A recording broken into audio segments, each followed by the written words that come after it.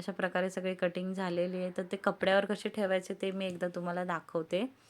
हे बघा अशा पद्धतीने कपड्यावर तुम्ही ब्लाऊज ठेवा. कटोरी ही नेहमी क्रॉसमध्येच ठेवायची आहे. तिला सरळ ठेवू नका. कपड्याच्या क्रॉसमध्ये कटोरी ठेवा आणि जसं आपण बॅक पार्ट ठेवला आहे त्याच लाईनीमध्ये आपल्याला हात ठेवायचा आहे. तर मी तुम्हाला फटाफट स्टिचिंग करून दाखवते की आपण जे कटिंग केलं आहे ते बरोबर शिवता तरी येते का ते पण बघू. नाहीतर कटिंग आपल्याला छान वाटेल आणि शिवताना असं वाटेल अरे हे तर जॉईंटच होत नाही नीट, कमी जास्त भाग होतो आहे.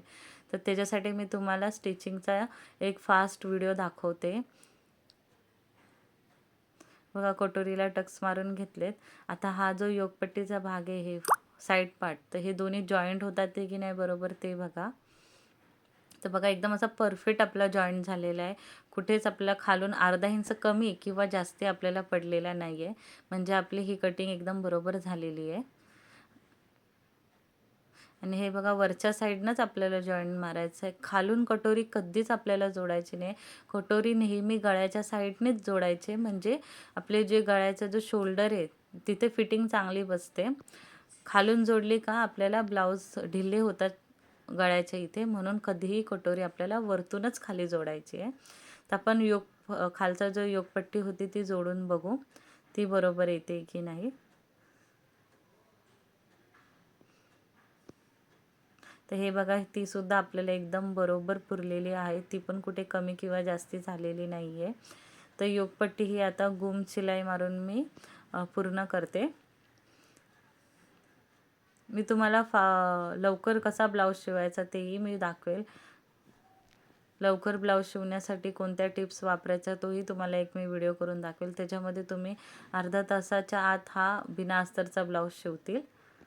कारण का बघा आपल्याला कुठेच कमी जास्ती पडत नाही आहे. आपल्याला फक्त शिवायचं आहे म्हणून आपल्याला लवकर शिवून होतो. नाहीतर शिवता शिवता कुठे कपडा कमी पडला, जास्ती पडला, एक भाग छोटा झाला, मोठा झाला तर त्यांना आपल्याला सेट करायला जास्ती वेळ जातो.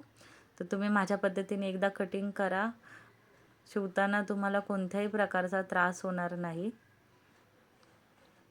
आता आपण ना जे हाताची कटिंग केलेली आहे स्लीव्हची, तर ती बाही एकदम बरोबर बसते की नाही ते बघूया. बघा आपले हे जी 5.8 इंचाची कटोरी होती ती बरोबर आलेली आहे.